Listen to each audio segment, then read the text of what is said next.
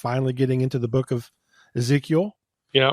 Yeah, and of course it starts with a bang. I mean, this is anybody who thinks of Ezekiel, this is typically the chapter they think of, either that or Gog and Magog. You're going to have to wait a while for that. Yeah.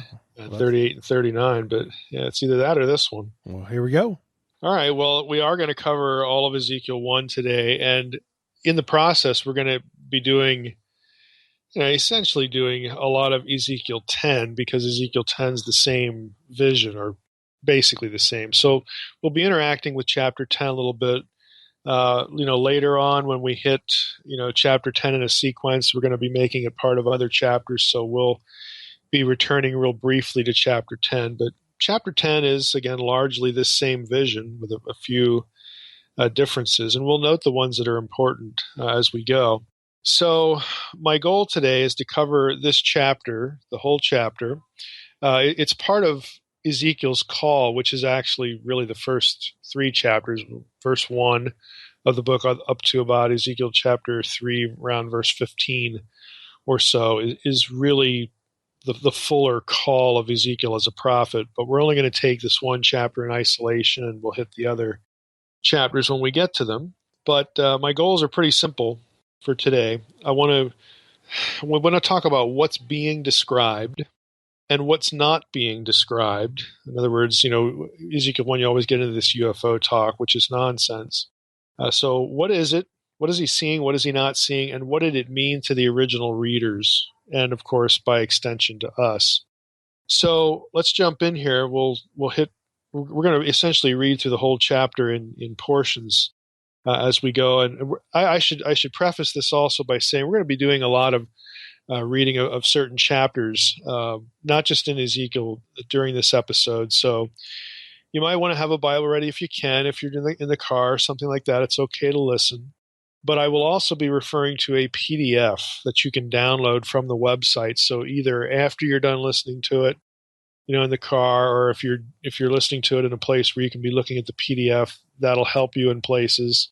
Because we're going to talk again about what in the world Ezekiel is seeing, and there is iconographic material that you can look at and see the elements of Ezekiel's vision. So let's just jump in here with the first 3 verses, because there's an issue here that we want to say something about here. So in terms of the book, chapter 1, let's just jump in right where it starts. In the 30th year, in the 4th month, on the 5th day of the month, as I was among the exiles by the Kivar Canal, the heavens were opened, and I saw visions of God. On the 5th day of the month, it was the 5th year of the exile of King Jehoiakim, the word of the Lord came to Ezekiel the priest, the son of Buzi, in the land of the Chaldeans by the Kivar Canal, and the hand of the Lord was upon him there. And we commented in the last episode introducing the book that here you have a switch between first and third person, and it's evidence of editorial activity. We're not going to rehearse that. But as I also mentioned last time in our introduction, Ezekiel's known for giving lots of dates. There are 15 of them actually given in the book. And there's an important date here, or at least one that people wonder about, right here in the first 3 verses. So it states that, the text states that Ezekiel had visions of God in the 30th year. Well, what is that? Because later he says on the 5th day of the month, it was the 5th year of the exile of King Jehoiakim. So what 30th year is he talking about? And it's frankly just not clear. So it's sort of a mystery, and commentators have wondered what the 30th year refers to, and what is its relationship to the 5th year that comes in the very next verse, verse 2. So the options are they both references to the same event, maybe from a different perspective, using a different calendar? Or is the 30th year an indication that Ezekiel's words were written down many years later? In other words, after the 5th year of Jehoiakim's exile? Is that what it means? Does the 30th year mean that the prophet was 30 years old at the time he was exiled, which in that case it would have been about 622 BC for a birth, of Ezekiel? Then he would have been 30 years old. We're in the 590s, as we talked about in the introductory episode. Another option is, does the 30th year, is the meaning of that since some other important event that we're just not told about and we're supposed to know? Some scholars, who opt for this solution, suggest that maybe Ezekiel's referring to the finding of the law in the temple by Josiah's people, his reformers. And that would have been around 622 as well, according to 2 Kings 22:8. All of these are things you'll see about in the literature. Now, Dan Block, and I'm going to be referring to his Ezekiel commentary a couple times here, and I'm sure occasionally in other episodes. Block prefers the option that he thinks the 30th year is Ezekiel's birthday. And this is actually an interpretive option that arose with Origen, okay, the famous patristic father. And he thinks it makes sense because of the first person language in 1:1, then the switch to the third person later on, which allows for, again, a change of perspective. Somebody else writing about fifth year and all that stuff of King Jehoiakim. And, personally, I think that makes good sense. I'm not going to really say too much more about it. It's certainly workable. All the options, of course, are going to have their defenders, but in case you were wondering, because I mentioned last time, there was this one outlier date. That's it. And again, that's sort of where I land. But what we really want to do in this episode is not, quibble about dates and this thing. We want to get into the actual vision. And this is really the rest of the chapter. So we're going to be reading through the chapter. And again, there's a PDF on the episode website that you can open and look at. And I'll sort of give you a heads up when you might want to look at it. That is useful. Ezekiel, as we'll find out, or as, again, this is part of the PDF that you'll actually be able to see the rationale for this. Ezekiel was borrowing divine imagery that would have been familiar to the Babylonians. Okay, and of course, the Jews are exiled in Babylon, so the Jews are no doubt going to see these kinds of images and this kind of imagery, so they would have been familiar with it as well. So he's borrowing, again, divine imagery that the Babylonians are going to understand, that the Jews in Babylon are going to understand. I would say the Jews even wider, because some of this is going to get into what we call divine throne chariot imagery, and Jews in their own homeland would have been familiar with that. And even more particularly, we're going to talk about, as we talk about the vision's relationship to the temple, the decorations of the temple, and the accoutrements, the furniture. Again, we're going to see that what Ezekiel sees is really directly drawn from the temple, because he's describing a heavenly temple. And so Jews would have been familiar with this as well, but people in Babylon would have understood it equally. So he's doing this to inform his audience that the God of Israel was the true God and still active, even though they're in Babylon. And so the use of ancient Near Eastern imagery and some of the, again, iconography from the temple, this is going to become important for understanding what Ezekiel is describing and conversely what he's not talking about at all, what the vision has no relationship to. Again, some of these modern myths like, oh, he's looking at a UFO. Again, the imagery that he uses is well known to both Babylonians and Jews. Now, the images that I'll be talking about come from a specific source, and this is noted in the PDF as well.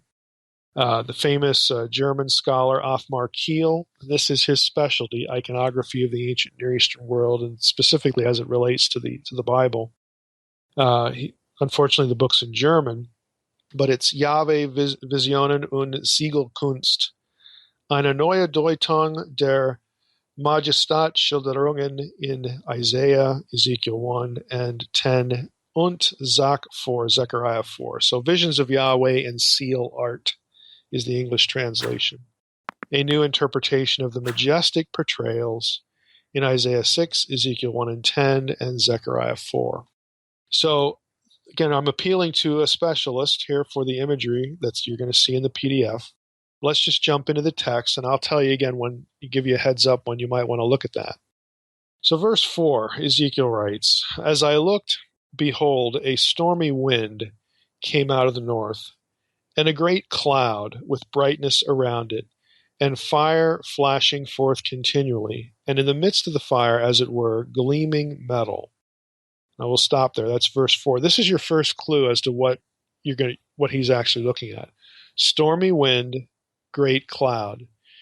This is stock vocabulary of what biblical scholars call the storm theophany motif, okay?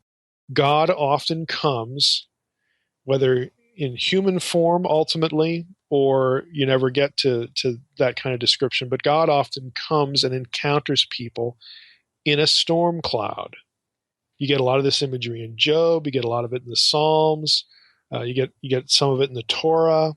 Again, this is not unfamiliar. This has nothing to do with smoke coming out of a combustion engine, right? Stormy wind, great cloud. This is stock vocabulary for a storm theophany. Now, the gleaming metal, it doesn't say that he's looking at an object made of gleaming metal. He's looking at a cloud. He's looking at a cloud, and the cloud has fire, again, some sort of fiery luminescence in the middle of it, in the manner of gleaming metal, as it were gleaming metal. And this gleaming appearance is going to be referred to in verse 27 later on, as we'll see. And it's also in chapter 8, verse 2, if you wanted to go look up other instances of it. Verse 5, and from the midst of it, again, the cloud he's looking at, from the midst of it came the likeness of 4 living creatures. And this was their appearance. They had a human likeness, but each had 4 faces, and each of them had 4 wings. Their legs were straight, and the soles of their feet were like the soles of a calf's foot. And they sparkled like burnished bronze. So they have a luminescent appearance as well. The cloud from which they emerge does. Again, there's this radiant, gleaming, flashing sort of, light brightness. But also these creatures, again, have this quality as well. Verse 8, under their wings, on their 4 sides, they had human hands. And the 4 had their faces and their wings thus. Their wings touched one another. Each one of them went straight forward without turning as they went. As for the likeness of their faces, each had a human face. The 4 had the face of a lion on the right side. The 4 had the face of an ox on the left side, and the 4 had a face of an eagle. So they have 4 faces. Such were their faces, and their wings were spread out above. Each creature had 2 wings, each of which touched the wing of another, while 2 covered their bodies. And each went straight forward. Wherever the Spirit would go, they went, without turning as they went. As for the likeness of the living creatures, their appearance was like burning coals of fire, like the appearance of torches moving to and fro among the living creatures. And the fire was bright, and out of the fire went forth lightning, and the living creatures darted to and fro like the appearance of a flash of lightning. Again, we'll stop there. We'll end with verse 14 here. But again, lightning is a stock element of a storm theophany. This is a vision of God.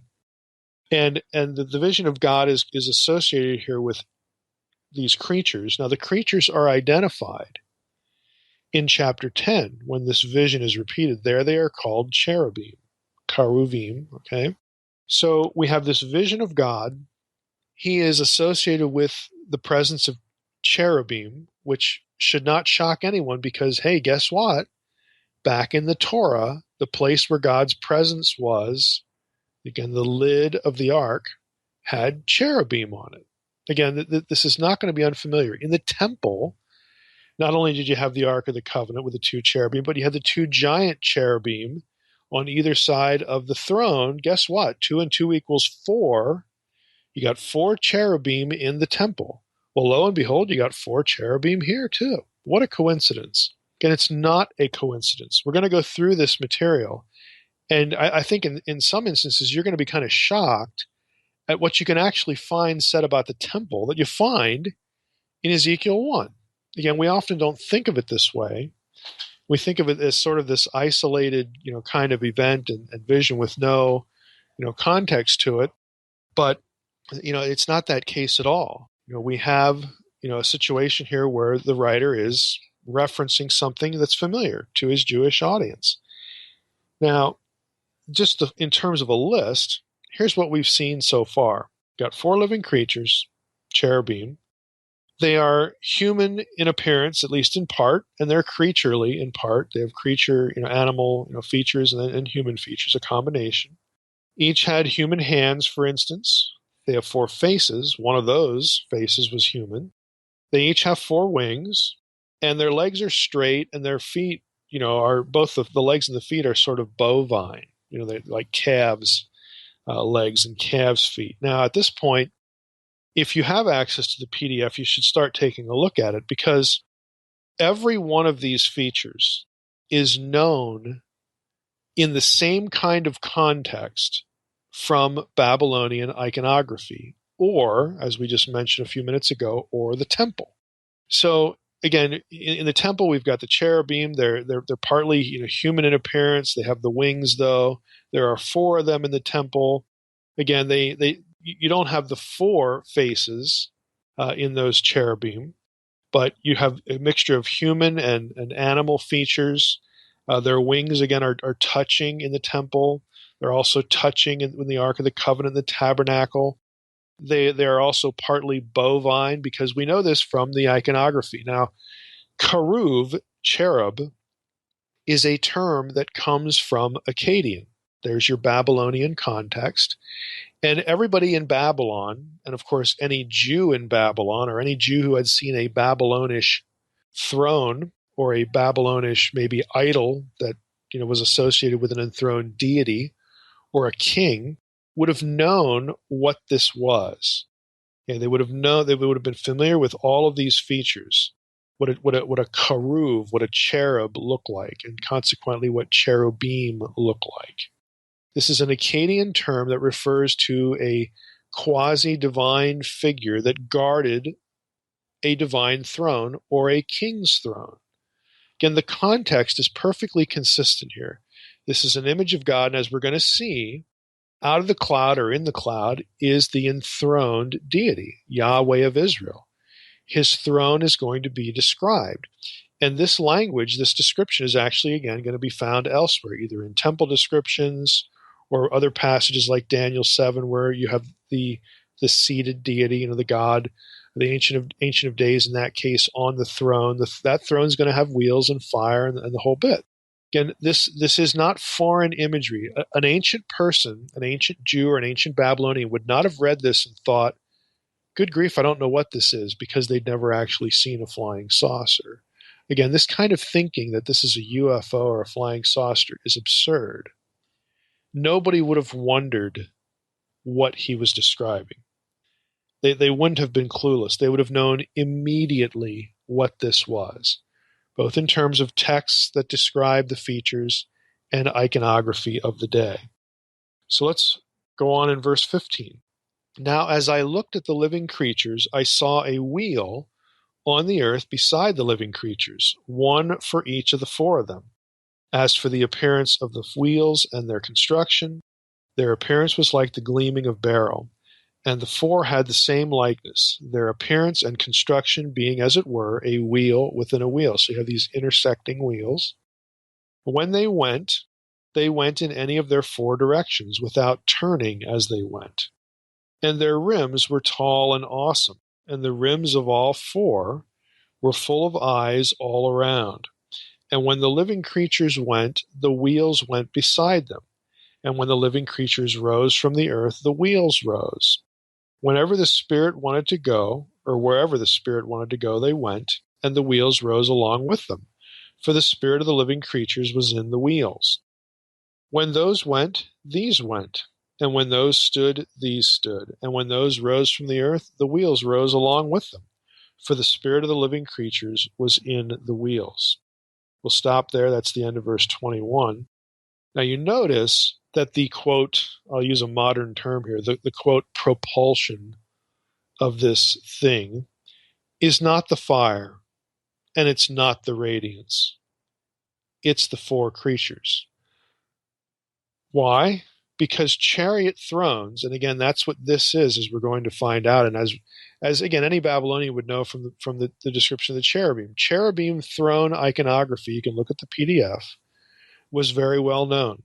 Cherubim pulled divine thrones, or they carried divine thrones.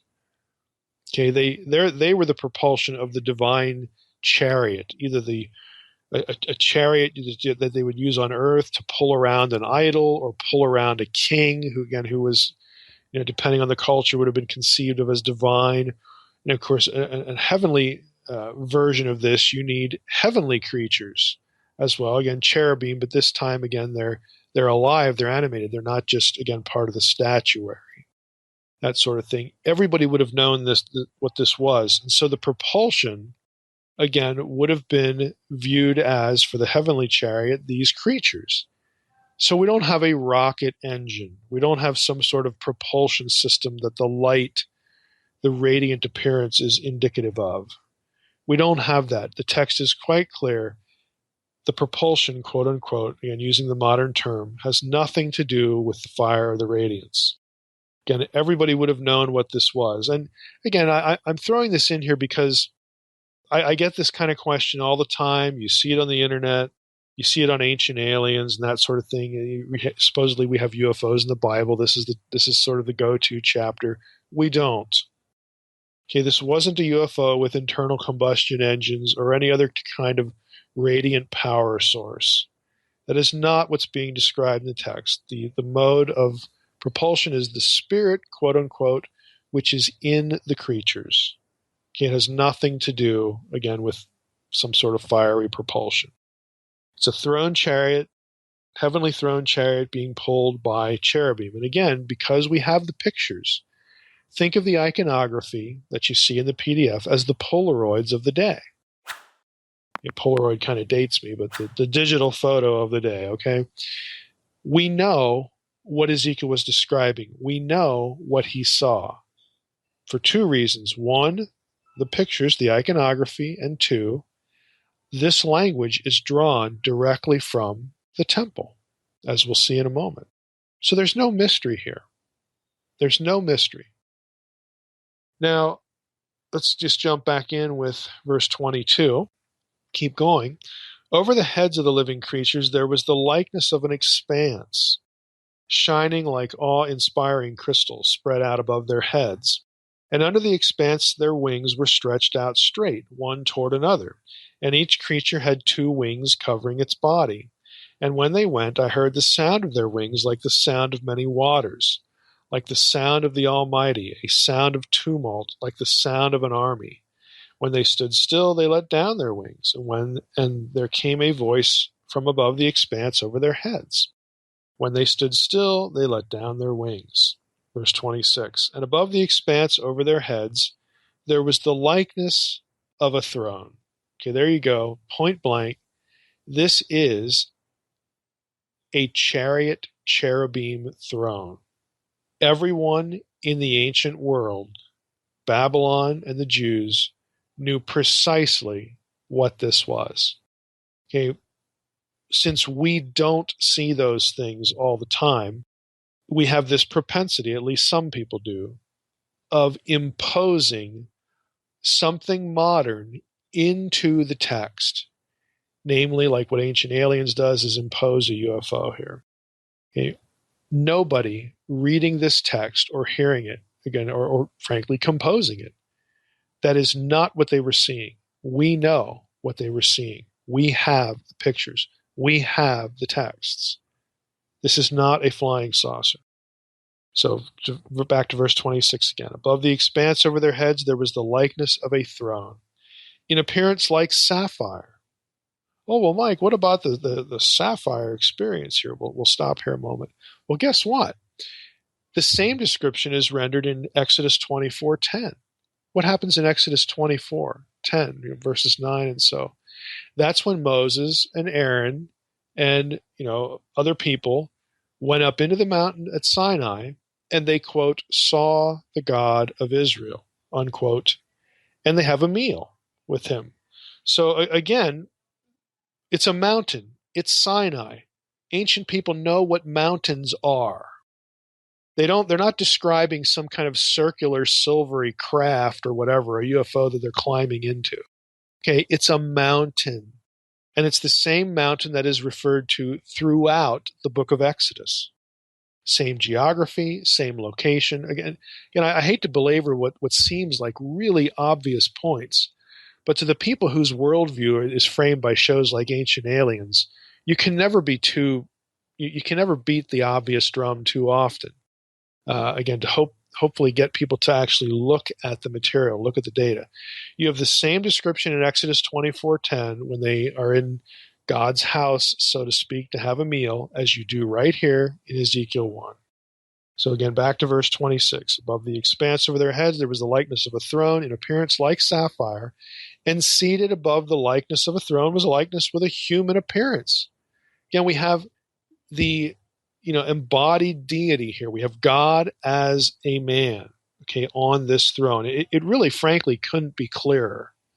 It's just not clear to us who are culturally removed, and frankly to people who just don't want it to be clear.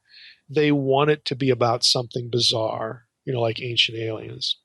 Verse 27, and upward from what had the appearance of his waist, I saw, as it were, gleaming metal, like the appearance of fire enclosed all around. And downward from what had the appearance of his waist, I saw, as it were, the appearance of fire. And there was brightness around him, like the appearance of the bow that is in the cloud on the day of rain. So was the appearance of the brightness all around. Such was the appearance of the likeness of the glory of the Lord. Now, right there he tells you, this was the appearance. What I'm looking at is the glory of the Lord. And when I saw it, I fell on my face and heard the voice of one speaking. That's the end of the chapter. Now, a couple observations, again, linked to this. 3 observations to be specific. Before we move on and we talk about the meaning and interpretation of all this, we need to build some context for the meaning and the interpretation. So again, 3 observations here. Number 1 is just what I mentioned here at the end of the chapter in Ezekiel 1, 22 through 28. The focus is the glory of the Lord. Now, we've talked about this before in an older podcast episode about the resurrection body in 1 Corinthians 15. There's this thing about the quote, the spiritual body, the celestial body. And we talked in that early episode, about how this language is drawn from Ezekiel and some other passages. Ezekiel calls the figure on the throne the glory of the Lord in Ezekiel 1:28. We just read it. In Ezekiel 9:3, though, it's referred to as the glory of the God of Israel, and also the divine name, Yahweh. To make the point even more clearly, if you compare Ezekiel 1:22 and 28, again, these references to the cherubim who are in Ezekiel 1, they are under the, quote, glory, under the glory. If you look at the same description in Ezekiel 10, verse 20, there the cherubim are under, quote, the God of Israel. Okay, there's no ambiguity here. This is not just some luminous, formless array of light. This is God in human form. This is the God of Israel. The glory of the Lord in this passage is this humanoid appearance of Yahweh of Israel. Again, you just have to compare a few passages with each other, and you get to the point. Yahweh is the glory, and the glory has form here. There's a body there. It is a body, all right? And so this language, again, is going to work itself out in other passages, including the New Testament. If you want to go listen to that earlier podcast episode, please do. Again, when we talked about Paul and the spiritual body and that whole concept.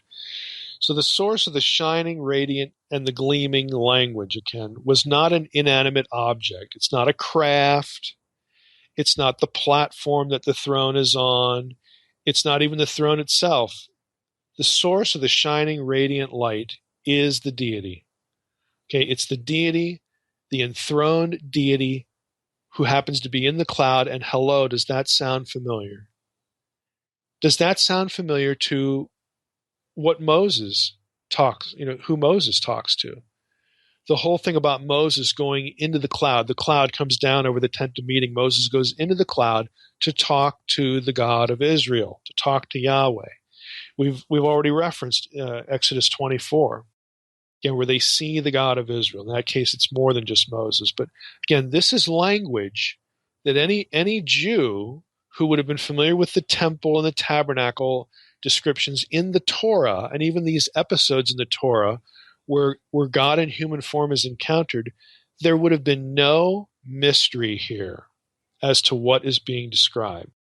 So that's the first, again, observation I want to reinforce. Secondly, if we go to Ezekiel 10, we need to say a little bit something about the cherubim. Again, what I'm doing with these 3 observations is sort of setting up what the meaning of all this is, how to interpret it. So the second item is the cherubim in Ezekiel 10. There are a few differences in the description there with what we have here in chapter 1. Now I'm going to quote from Dan Block's commentary here, his Ezekiel commentary in the New International Commentary in the Old Testament series, the Nikot series. So he has here, and this is his commentary on verse 12 and following. He writes, first, verse 12 is particularly confusing as images of wheels seem to merge with the images of the cherubim. And we're in chapter 10 now. The problem is not helped by the retrospective pronouns, their bodies, their backs, unquote, because whose bodies and whose backs are we talking about? Are the wheels of the previous paragraph now transformed into some type of angelic figure with 4 faces and body parts? Are the wheels transformed into a special class of angels, which is a motif that becomes important in later Jewish mysticism? What's known, this is me now talking, this is known as Merkava mysticism. There was a whole school of Jewish thought and writing, mystical Judaism, that wrote about this vision and assigned mystical meaning to it. Kind of like Kabbalah, okay? Again, it's sort of the mystical Jewish school of thought, so to speak. A lot of that's centered around this vision. And in that later literature, you actually have angels, creatures called ophanim, which are wheels. So you get the mixture in that later literature. So Block is raising the question here. Now back to Block, he says, it seems more natural to apply the bodies, backs, heads, hands, and wings to the cherubim, mentioned previously here in this chapter, chapter 10, verse 9, which is grammatically possible. So what Block is saying is, look, even though that it sounds different in chapter 10, grammatically, you can look at it and analyze the grammar and say, well, he's basically describing the same thing back in chapter 1. We don't have a merging of these things here. Continuing with Block on verse 14 in chapter 10, he writes, second, the description of the cherubim's faces differs significantly from the earlier account, whereas Ezekiel 1:10, had ascribed 4 different faces to each of the cherubim. The plain reading of the Hebrew here points to 4 identical faces for each cherub, with each cherub having a different set. Whereas Ezekiel 1:10 had followed a human, lion, bull, eagle sequence, Ezekiel 10:14 lists them as cherub, human, lion, eagle. This reordering raises 2 questions. Why was the bull face displaced? In other words, why don't you have a reference to a bull in chapter 10? And how is the cherubic face to be perceived? Because you don't have that in chapter 1. There's this swapping going on. While we cannot be sure how the ancients perceived true cherubic faces, again, there's variety there, some evidence suggests that they were not human. Their faces were not human. And he has a footnote here. I'm going to read the footnote. He says, according to a 7th century BC Akkadian text, again, that would have been a little bit before the writing of Ezekiel, named Namtartu, or about Namtartu, the concubine Namtartu, the vizier of the underworld, this in Akkadian religion. According to a 7th century BC text about Namtartu, Namtartu had the head of a koribu, cherub, but human hands and feet. I would also add, this is, again, Block speaking in the footnote, I would also add that since the bodies of cherubim were predominantly bovine, again, like cattle, oxen, bulls, that sort of thing, having the term karuv here instead of ox or bull from chapter 1 is a distinction without a difference. And I would agree with that. This is me talking now. Again, since this is the way karuvim predominantly were, they had all these bovine features. It really doesn't make much difference if you use karuv in chapter 10 as opposed to the word for ox or bull, the Hebrew word is shor, in chapter 1. It is a distinction without a difference. It's basically the same thing. So Block says, on the other hand, the contradiction, at least in the order of faces, would then be more apparent than real. And again, I agree. Now, on the order, again, we're setting up, again, our discussion of what all this means. Block writes this, and you could look for this not only the There's a graphic Block uses in his commentary. I put it in the PDF about the order of the faces. He writes, since the inaugural vision, that's the first vision in chapter 1, came to the prophet from the north, the frontal view, okay, which would have been south, would have a human face, with the other three being arranged as follows. Now, again, if you're looking at the PDF, you're going to get this arrangement that Block talks about, where you have, north is eagle, east is bull, west is lion, south is human. So you're going to get this, arrangement that is a little bit, at least on the surface, seems a little bit different than what you get in chapter 1. But here's what Block says. If the faces in chapter 10, verse 14, are also listed in clockwise order, the sequence is actually identical with chapter 1. Again, it just depends where you start the sequence, in other words. And the cherubs is identified with the bull. So there you would have the cherub and the bull in the same position. And we set it up, just a few minutes ago, that Keruv and bull, shor in Hebrew, is really a distinction without a difference anyway. So Block writes, why the present enumeration commences with the Keruv, with the cherub instead of the human face is unclear, but it may reflect the vantage point from which the prophet observed the chariot. In order to witness the kavod, the glory, lifting from cherubim inside the temple, he must have been standing at the front of the building, perhaps at the eastern gate of the inner court. From this viewpoint, he naturally began with the creature facing him. Beyond these changes, the description of the chariot agrees with the earlier account and requires no further comment. Again, I would agree with Block here that there's no contradiction between what chapter 10 says and what chapter 1 says. You just have to, again, do the sort of thing that Block is doing, and I've reproduced some of this text in the PDF so you have it. You have to sort of ask yourself certain interpretive questions to be able to align chapter 10 with chapter 1. Thirdly, again, we'll come back to this, the faces in a moment when we get to meaning and interpretation, but one more item to observe here to set all that up. Third is Daniel 7. Daniel 7 has some of the same features as Ezekiel 1. And in Daniel 7, we have a divine council meeting. The divine council is meeting for the purpose of dealing with world empires of the present and future. Again, that's the first 8 verses of chapter 7. The message, of course, that's going to be put to the audience, put to the reader, is that God is in charge of these empires. The council participates in God's decision about the fate of those empires. So again, Daniel 7 is pretty familiar, and you get this image of the 4 beasts in the first 8 verses, and so we need to have a council meeting to decide what's going to happen with these beasts. And you get to verses 9 and 10, and we read this. These are very familiar if you've followed my content for any amount of time. Daniel 7, 9, and 10, Daniel says, as I looked, thrones, plural, were placed, and the Ancient of Days took his seat. Now, that's a reference again to a seated council, not the Ancient of Days and the Son of Man, because the Son of Man is never described as taking a seat. The Jewish interpretation likes to limit it to 2, to both deny the council idea and also, again, to try to link this to the Son of David. Again, it's unnecessary, and frankly, it's not good exegesis. But as I looked, thrones were placed, and the Ancient of Days took his seat. His clothing was white as snow, and the hair of his head like pure wool. His throne was fiery flames. Its wheels were burning fire. So there you have throne, flames, and wheels in this vision that no one would suggest is a UFO. Again, that's the point.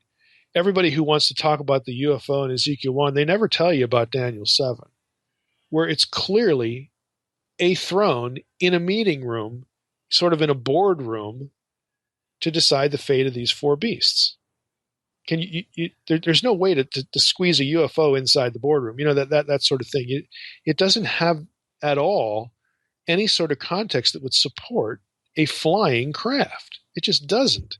But the people who want to prop up this Ezekiel 1 UFO thing, they never take you to Daniel 7 or any of the other stuff that we're going to be talking about in the time that remains. So verse 9, his throne was fiery flames, its wheels were burning fire. A stream of fire issued and came out from before him. 1,000,000 served him, and 10,000 times 10,000 stood before him. The court, again, the council, sat in judgment, and the books were open. Again, this is a very familiar divine council scene that helps us process Ezekiel 1 because of the references to the fire and the wheels, which are referred to many times in Ezekiel 1 and Ezekiel 10. Now, what do we do with all that? As far as interpretation and meaning, again, I've hinted at where we're going to go with this already, but Ezekiel's vision is clearly a vision of God's throne, the enthroned glory, and God in human form, the enthroned deity. It is no more a flying saucer than the Israelite temple was a flying saucer. Now, why say it that way? Because of the high degree of correlation between this vision and, number one, Old Testament temple descriptions, and number two, its correlation with the heavenly temple scene in the book of Revelation in chapters 4 and 5. God's heavenly throne is a chariot throne. The Hebrew term is Merkavah. It has wheels, but it's still a throne. Now let's take both of these things, this correlation between Old Testament temple descriptions and the correlation with the throne description, the throne scene in Revelation 4 and 5. So first off, the Old Testament temple structure, believe it or not, this might sound kind of shocking, but the Old Testament temple structure, its furnishings, its accoutrements, the whole complex, the whole temple thing, had wheels, axles, cherubim, and most of the animal imagery from Ezekiel 1 and Ezekiel 10's cherubim. Now you think, well, I don't remember reading this stuff about the temple. Wheels? Axles? What in the world? I'll go even a step further. Even the chariot idea, the throne chariot, is present in Solomon's temple. We just miss these things because, let's be honest, the passages about how the temple was built and decorated are boring. We just don't care about that stuff. If we read it, we skim it, and typically we'll skip it. But I'm going to torture you a little bit here with reading some of these descriptions about the building of the temple and the decoration of the temple, the objects in the temple, and you're going to see these things pop out at you that you just read about in Ezekiel 1. Now listen, this is 1 Kings 6, 23 through 28. In the inner sanctuary, he made 2 cherubim of olive wood, each 10 cubits high. 5 cubits was the length of one wing of the cherub, and 5 cubits the length of the other wing of the cherub. It was 10 cubits from the tip of one wing to the tip of the other. The other cherub also measured 10 cubits. Both cherubim had the same measure and the same form. The height of one cherub was 10 cubits, and so was that of the other cherub. He put the cherubim in the innermost part of the house.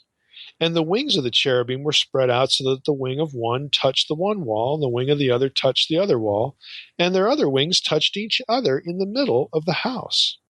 And he overlaid the cherubim with gold. Okay, that's the end of the passage. So here we have 2 cherubim, the wings touching. Again, this part's familiar to most listeners, most readers. Of course, we also have 2 cherubim with the Ark of the Covenant that's in the same temple complex. The Ark serves as God's footstool as he's seated on this particular giant throne. Again, if you've read Unseen Realm, this is familiar to you. So we have 4 cherubim inside the Holy of Holies, where God sits, the divine throne. Well, we have 4 cherubim in Ezekiel 1. Okay, let's keep going with another passage. 1 Chronicles 28, 11 to 18.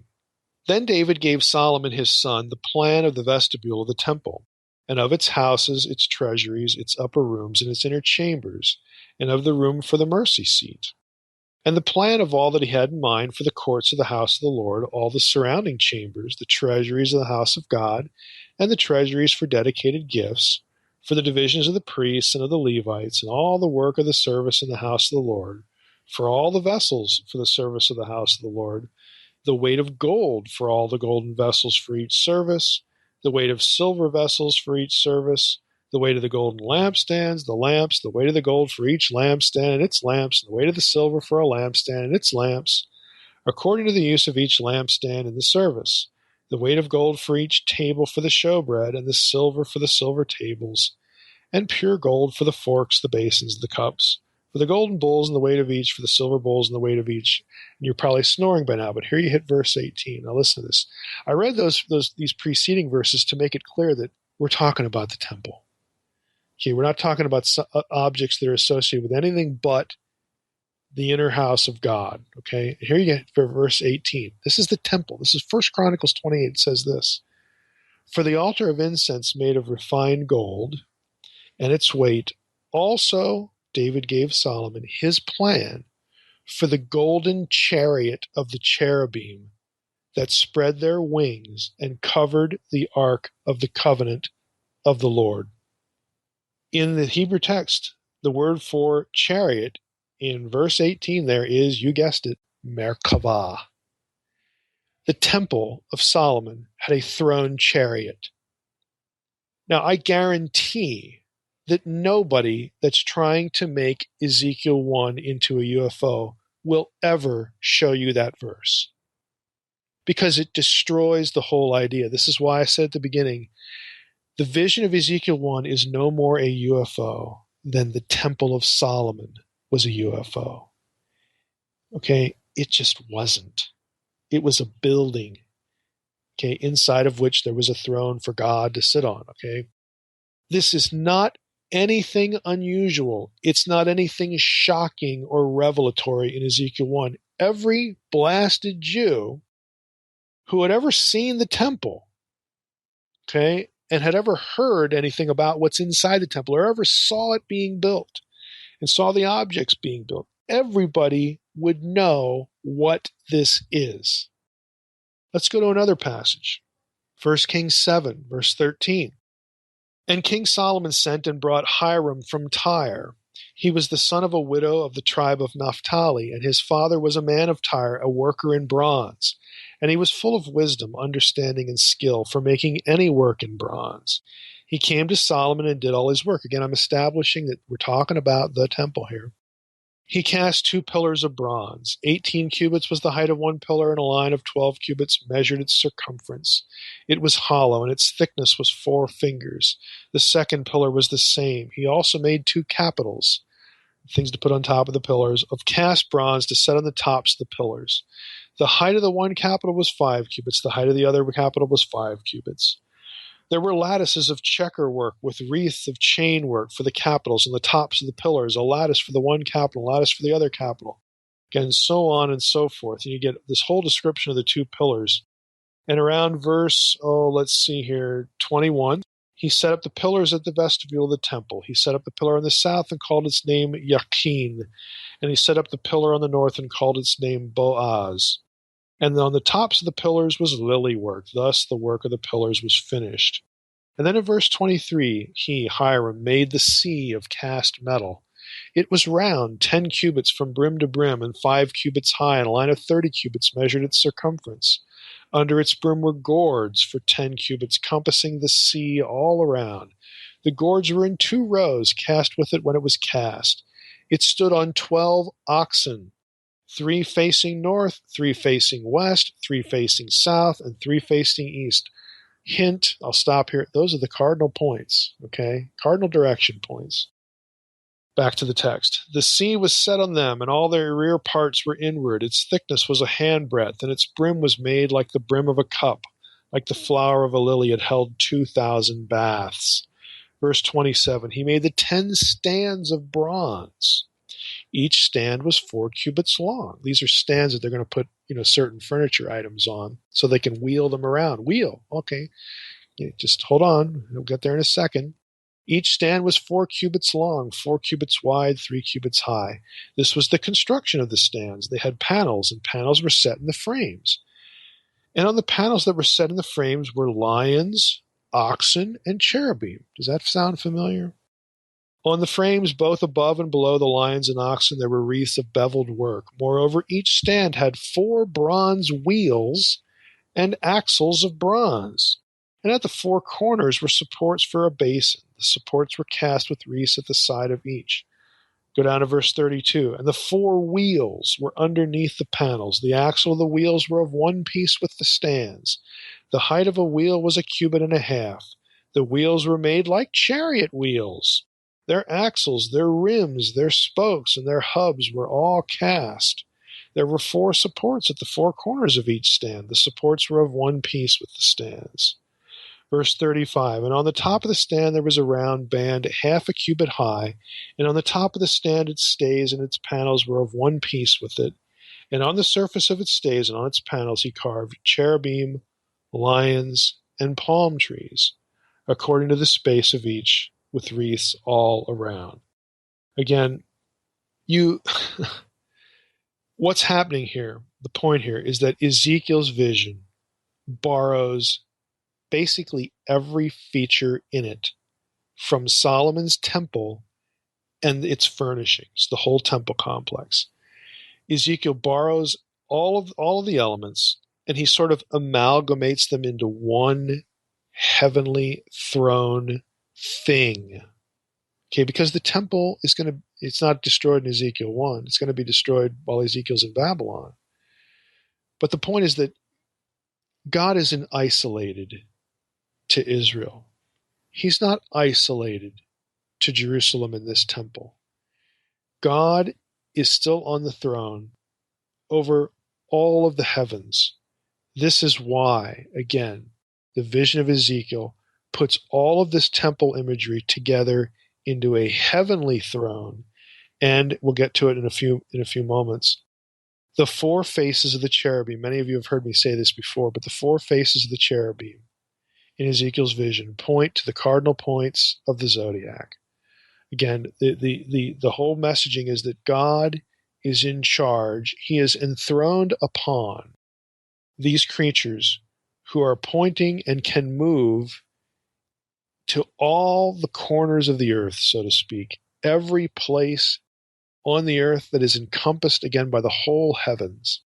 God is over it all, not Marduk or not some other flunky deity of the Babylonians. Yes, we are in exile in Babylon, and life is not good. It's bad.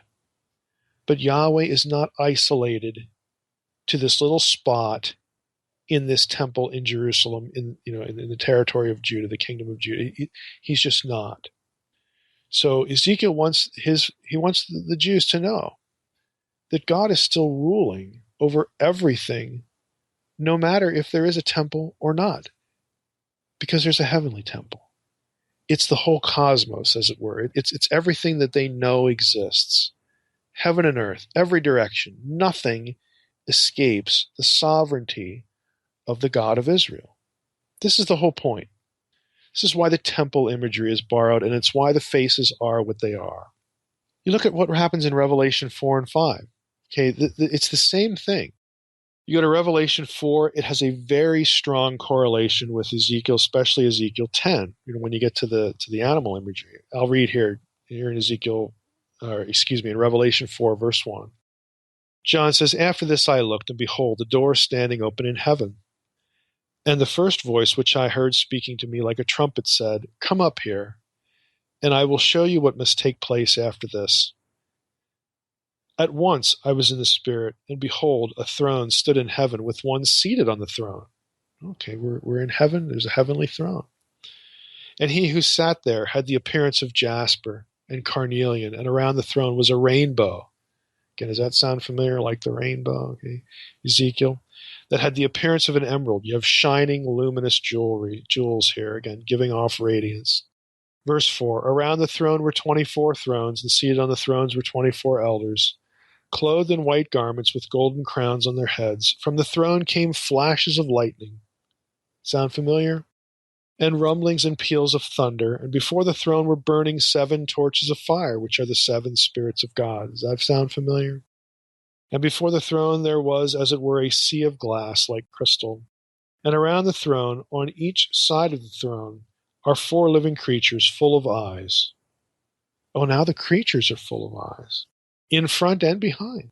Verse 7, "The first living creature like a lion, the second living creature like an ox, the third living creature with the face of a man, and the fourth living creature like an eagle in flight. And the 4 living creatures, each of them with 6 wings, were full of eyes all around and within, and day and night they never ceased to say, Holy, holy, holy is the Lord God Almighty, who was and is to come. Now that, again, is clearly a throne. It's clearly imagery borrowed from Ezekiel. There's also a few elements borrowed from the throne room scene. Again, same kind of scene, throne room scene in Isaiah 6. Again, and all of it can be found in temple descriptions in the Old Testament. Again, the point is that God's rulership, his sovereign power, is not limited to this little structure in Jerusalem, and even to Jerusalem itself, even to Judah. It is everything. Again, the heavenly throne room image and imagery tries to convey, again, the sense that God is sovereign everywhere, over the four corners of the earth, over everything, everyone, every empire. Now, in terms of meaning, again, you can consult the PDF for this. Again, I've made the point before, and I have some selections in there, some screenshots of books from Google Books. Maybe just one from a book. There's other books that are referenced there, though. The faces of the cherubim in Ezekiel's vision correspond to the four cardinal points of the zodiac known to the Babylonians and therefore to other, peoples, other literatures as well. I mean, because Babylon was known, again, for the astronomical imagery. It's not that Jews didn't have their own understanding of the zodiac. They do. You get references to constellations within and without of the zodiac in the Hebrew Bible. They know this stuff. They know what it is. But here you are in Babylon. I mean, while the Jews are in Babylon, they're going to get their month names, from Babylonian names, and there's a cross fertilization here in terms of terminology. But you get the same understanding. I mean, the Jews are going to have their own people who pay attention to the heavens, just like the Babylonians do. But in terms of what the Jews believe about what's going on up there and who's in charge of it, that's quite a bit different than what the Babylonians are thinking. Because the Babylonians have a polytheistic system and the Jews do not. The point here is that, again, it's not a coincidence that the faces correspond to these four corners, so to speak, or these four cardinal points that are important, again, to encompass all of the wheels of time that were related to the zodiac, because astronomers watched the course of the zodiac constellations move through the sky during a given year. They used it to map time. And again, if you're a Jew, you're thinking, well, Genesis, the Torah says that God gave us these things, for times and seasons. Again, just to map out the calendar, map out time. And when you have this imagery about the movement of time, it speaks of the movement of history.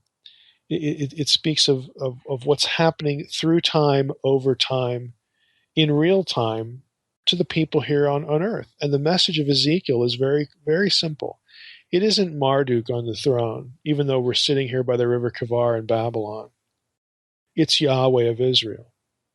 Anyone, whether they're a Jew or a Babylonian, Babylonians probably would have been offended, but they're all going to know what this means.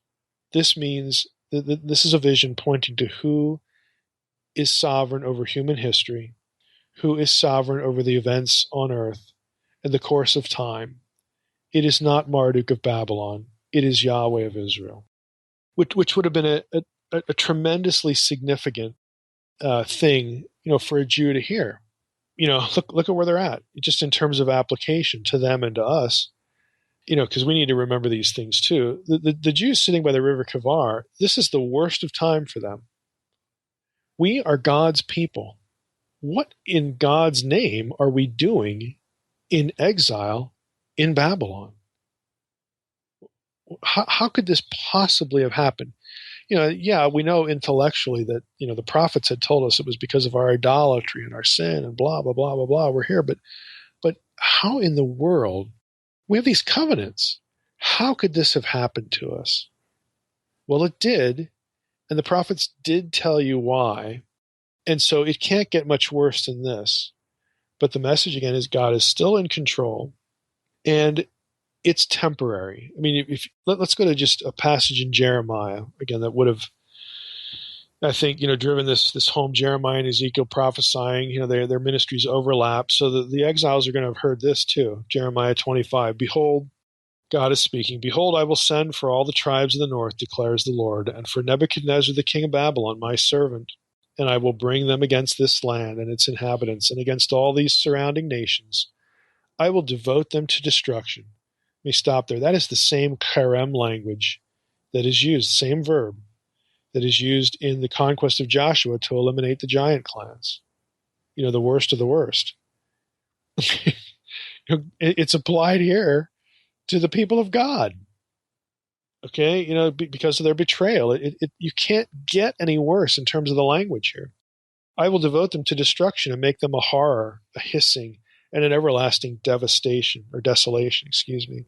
Moreover, verse 10, I will banish them from the voice of mirth and the voice of gladness, the voice of the bridegroom and the voice of the bride, the grinding of the millstones and the light of the lamp. This whole land shall become a ruin and a waste, and these nations shall serve the king of Babylon 70 years. Direct reference to the exile. But then look at what he says. Then after 70 years are completed, I will punish the king of Babylon and that nation, the land of the Chaldeans, for their iniquity, declares the Lord, making the land an everlasting waste. I will bring upon that land all the words that I have uttered against it, everything written in this book which Jeremiah prophesied against all the nations. Again, the point is, it's the end of the passage, but the point is they're suffering because of their sin, but they're not entirely forsaken. It was temporary. As bad as they had been, God wasn't giving up on them. And God would repay evil as well. Evil's not getting away with anything either. So God, he knew their circumstances. He wants them to know, yeah, I know you're here. I know why you're here. You know why you're here. But I want you to, Ezekiel's call is about confirming the idea that this is not going to be forever. This is temporary. God is still in control. And it's your God. It's not somebody else's God. It's your God that's still in control. So whether your suffering is deserved or not, again, we need to think in these terms too, whether our suffering is deserved or not, God is in control and we won't be forgotten. And evil will get what's coming to it. So it's really a significant, kind of message that Ezekiel 1 communicates to us. If you're interested, again, in some of the sort of the nitty-gritty stuff in the PDF, there's some links, and again, that excerpt about the imagery of the lion, the eagle, the bull, and the human, how they correspond to the zodiac, elements. If you're interested in that, there's a lot you can read on that. Again, there's links to somebody named Franz Boll, who's kind of famous for this in his astrological approach to the Book of Revelation. I want you to please read the link because I would agree with the link's criticism of Boll, and you've heard me say this as well. We're going to end with this. Boll was a German classical philologist, a classic scholar who specialized in ancient astronomy and astrology and that sort of thing. But he goes too far in how he approaches Revelation, how he approaches biblical prophecy, and this sort of thing. But the opposite of that is also untrue. Boll and others might overstate the data for this approach, but the people who deny that there's anything to it equally overstate their position. There is something to this. Okay, ancient Near Eastern astronomy and Jewish astronomy has something to do with Ezekiel 1 and the book of Revelation, some of these other things I've talked about on the podcast and on my website. There is something to this. There's something going on here, and it does telegraph important theological ideas. But those theological ideas are different when it comes to biblical writers than they are to the pagans. And if you're interested in this sort of thing, you get a few more resources in the PDF. But for our purposes here, we're focused on Ezekiel 1. This is the message of Ezekiel 1. He is not seeing a UFO. He's not seeing anything bizarre. A Jew, a Babylonian, would have known what this was. A Jew would have known it's drawn from Torah. It's drawn from descriptions of the temple. It's amalgamated together in a heavenly vision. And frankly, the New Testament authors, John, writing book of Revelation, he was a Jew. He knew it. It goes right into the book of Revelation in the same way, telegraph the same things, same context, divine council meeting, the whole 9 yards. Again, God is on the throne. He controls every corner of the earth, and he controls all the heavens. He controls everything, and that's the point.